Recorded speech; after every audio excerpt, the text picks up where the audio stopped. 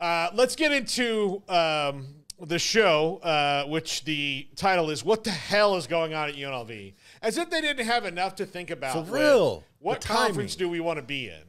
Where do you want to be? What's the best for our future?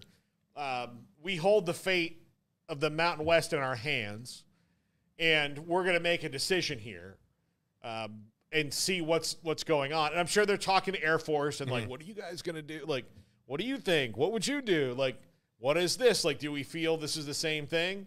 Also, the fact that the loss of Utah State has – here's how weird the college football world is. The loss of Utah State has made people who made promises to the Mountain West go back on said promises because they were thinking the league was going to be one thing, and now Utah State's gone and like, whoa, hey, this is different now. Right. Maybe it's better for us to go over here.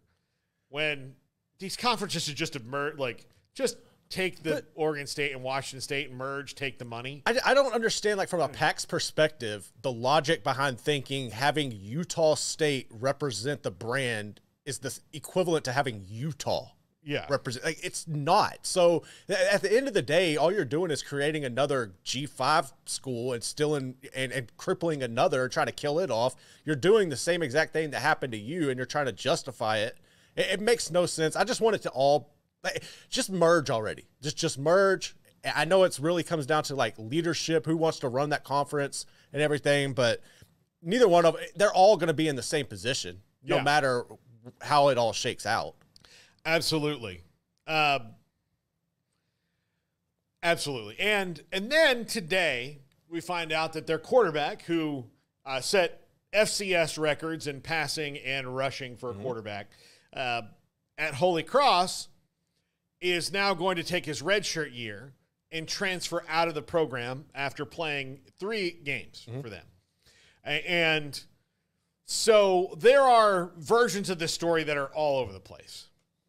So I'm going to go through what we know to be factual. Okay. And then we'll go through each side of this so that in an hour, when we talk about this on 365 Sports, those of you who have watched have got a primer for what's going on.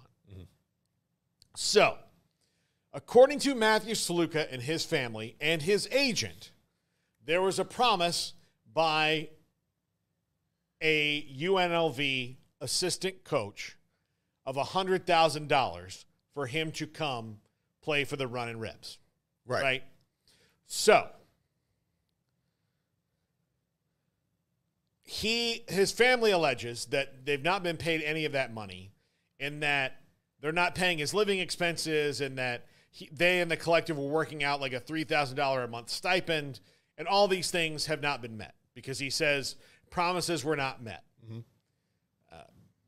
UNLV's side is saying, one, they never had a $100,000 agreement in contract for him. They never verbally promised him that. And that, he did not have the NIL collective is saying all this, and that none of that was promised, but they were working on a stipend, a deal while he was there, working that out. So he agreed to transfer in February. He had to finish at Holy Cross so he could maintain that eligibility. So we had this redshirt year.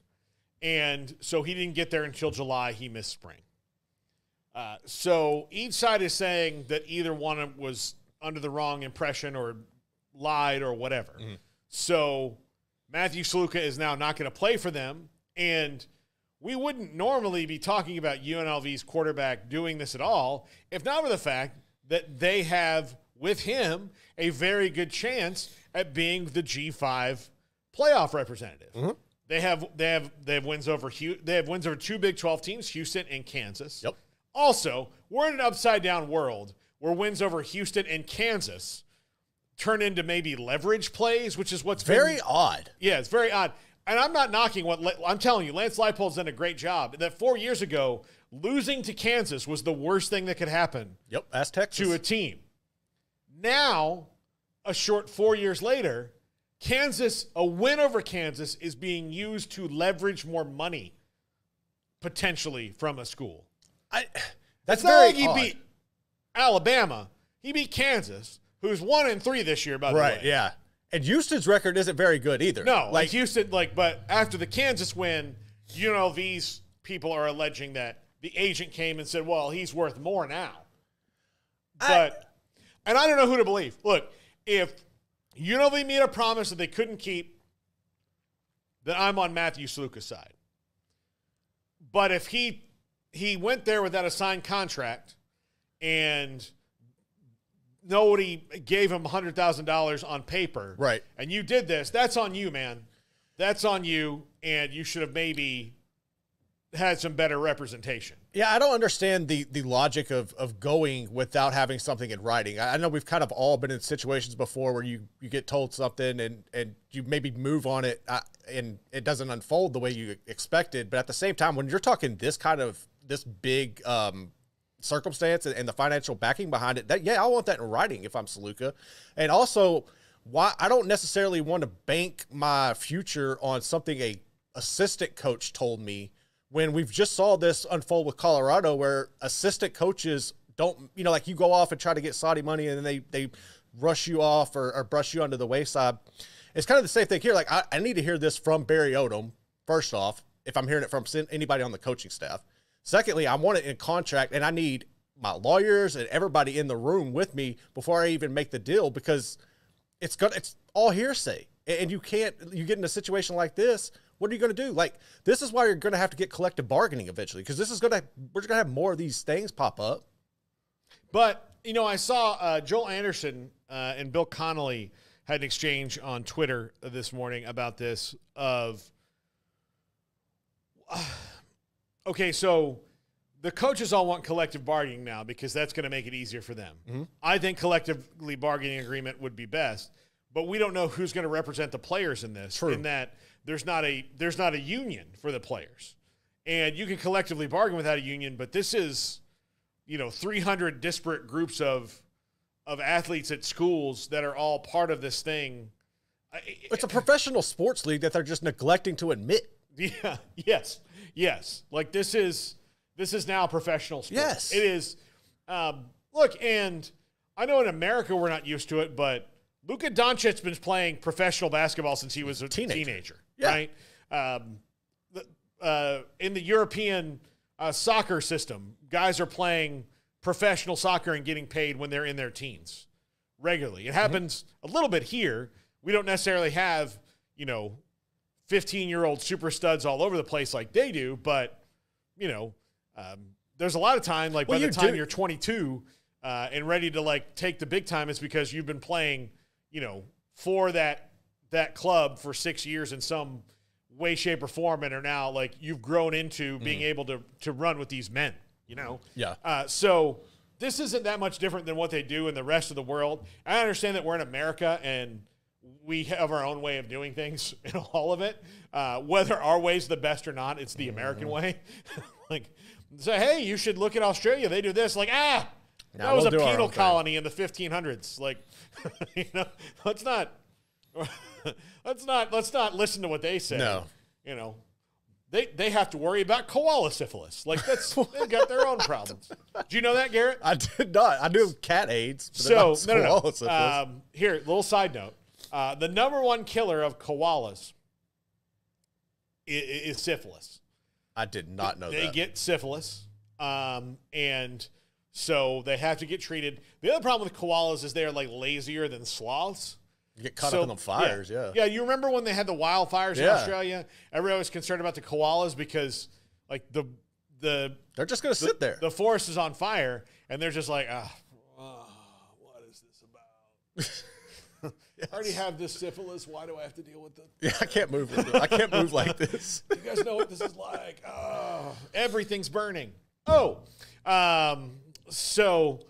I was it syphilis? Whatever. Chlamydia. They get chlamydia. Okay. It's chlamydia, not syphilis. Know your All STDs, folks. But yeah, so that's their number one thing that gets them. So I bet you didn't think you're getting that on the triple. I was not expecting that. I like the what is it? The Crap Brothers. Give me a little Crap Brothers session. Yeah, exactly. But yeah, we don't adopt these ideas, so we're slow to adapt to things. So yeah, they have to do it. But the rules are all over the place. There's nobody to police the rules. The NCAA is too, like, all of this is chaos. Mm-hmm.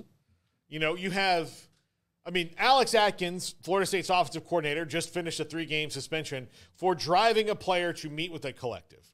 Now we have an assistant coach allegedly promising something he couldn't deliver from the collective. The collective not saying this. Well, there's no punishment for that, nor should I thought there should be any punishment for driving a kid to the collective. No. Because it's legal for him to talk to the collective. How are they supposed to get there? Then you got Nico Amaliava taking private jet. Like, look, admit what you are. Like, I think that's the biggest problem with the House settlement and all this stuff is that there's enough of the NCAA that doesn't want to admit what they are now. Mm-hmm. They still want to say, like, no, we want to preserve this. Well, preserving amateurism was fine when you're, you know, when the TV deals was there was one game on television on each network every week, not every game. Like, if your team is bad enough or small enough not to at least be on streaming, you've got real problems. Yeah, you've done something wrong. Yeah. You can find your team playing a game easily if you want to every single week. Mm-hmm. As opposed to the time, like, I remember when I first got here in the early 2000s, Baylor had a TV game, and the way that they were preparing for it was honestly like the prime minister was coming. Because they were actually going to be on TV? Yeah, because they're like, oh my God. Okay, listen. Guys, we have to change the catering this week. Like, no sandwiches at halftime. Sandwiches are for poor people. We can't have that. Like, we have to, do something. What about hot dogs? Hot dogs are also for poor people, Gary. I don't need your ideas. Let's think fancy here. Has anybody vacuumed this carpet ever? Probably not at those kind of things. Get a rug cleaning company up here. Those wires, you see those exposed wires? Hide them. TV's coming. Like, it was a huge deal. Now, it's just part of it. Mm-hmm. The only thing is, okay, are you on streaming? You on cable? You on network? That's it. That's the only differences. TV's every week. Also, so you don't have to act like the prime minister's coming every single week. And, they just don't want to admit what they are. No. And, all they're fighting to do this is not admitting what they are because they want to be able to keep the money. They want to keep the grift. They got greedy. Yeah. And the old guard people just can't think their way out of, we had a good run. Retire. We had a good run. Go away. If you don't, that's to me. If you don't want to do the new era of the NCAA, get out. But that all comes down to something we've seen with Jaden Rashada, where he was promised a lot and is now suing everybody he can in Florida, because that deal was not met. And then you've got this situation with Matthew Sluka, which is a far lower guarantee. I mean, Jaden Rashada is talking about $14 billion or something like that. And then we're talking about $100K here for Matthew Sluka, a guy who's at the Holy Cross. So this is a mess, and this is all of the NCAA's making, because now they've created a system where a quarterback from Holy Cross, who's currently throwing for 48.3% percentage on the year. Now, look, they're winning games, and he's super athletic and can really run the ball, but he's only hitting wide receivers who are wide open. Right. And part of that is he's below 50%, and one of his wide receivers is Ricky White Jr., who is a badass. Well, think about it. He went to UNLV. Like, if he was a star, he would have had more people that were going after him. Yeah. And then, you make the jump up from FCS to FBS. There's going to be a learning curve there. But, I don't necessarily – he's not putting up, lightning numbers that are making you think that he's automatically worth this. He's got them to a couple of wins. But I also have kind of been wondering what this situation is, because we see this a lot. Like, it was Sluka himself under one idea of how things were going to unfold, and then maybe the agent and the dad try to work up something else. It just seems odd how all this, because there's so many different angles and perspectives of what are happening, and stuff his dad is saying isn't lining up, and I don't know, man. It's just confusing as hell. Yeah, This has all been a mess, and that is to say, I hope this works out for Matthew Sluka. I hope that he's not got a predatory agent, which I don't know. We've seen those plenty too. I don't know. Yeah. But also, it should be a cautionary tale for everybody. Yep. Get it in writing. Get it in writing. Mm-hmm. And the Sluka family said this has never been about money, but now it is about money. So, I don't know. And we've had Barry Odom on the show many times. And I'm curious to hear what he says about it. I consider him to be a fairly trustworthy person. I mean, like, I know that you can't believe everything every coach says. I mean, like, part of their job is to have some subterfuge to it.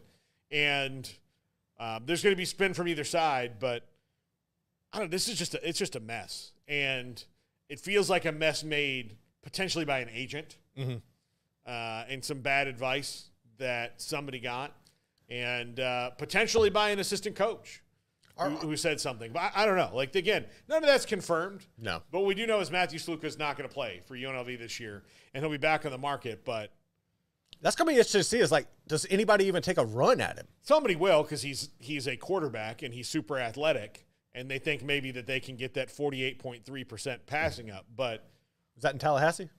No. Okay. No. I mean, like, I made the joke about, like, right now I'll take anything, but no. Again, they could have gotten in the Matthew Sluka business if they wanted to too. They have $100,000. Oklahoma State might need him. Yeah, exactly. Yeah, exactly. But who wants to? Do you really want to, like, if you're Mike Gundy and you don't like messing with it right now anyway, you're going to get with this. And you're only going to get 1 year, right? So what's the point? Yeah. Is this worth it for 1 year? It will be for somebody who's desperate. Right. But, like, and I'm not knocking Matthew Sluka, but because of all this and all the numbers I've given you, he's got baggage now. You're going to have to pay him at least $100,000 probably. That's what he thinks he's worth. Or at least that's where the number's going to start, and maybe meet in the middle. He's got baggage. I think the real thing will be to find out, like, what the teammates say here. Mm-hmm. Like, when it starts to come out later on, if the teammates say, well, this is not really how it works here. Right. And we all know that. I don't know why Matthew didn't. So those are the things that, or, yes, I support my teammate all the way. This is nonsense, which would be really bad for Barry Odom, because that would mean he's lost the locker room. Yeah, that's the last thing you need. If they're on Barry Odom's side, then I have a feeling that, because when it comes down to money, you can love a coach all you want. Mm-hmm. But if everybody's going to get screwed on the money, like, you don't love him that much. No, so, I mean, I think the coaches would have to understand that too, right? Like, they're with all the money they're throwing, like, you got to understand that perspective. Yeah. So, Big Lubbock says Taj Brooks getting $750K. And look, I'll tell you what, he's worth every penny. He is. He's worth every penny.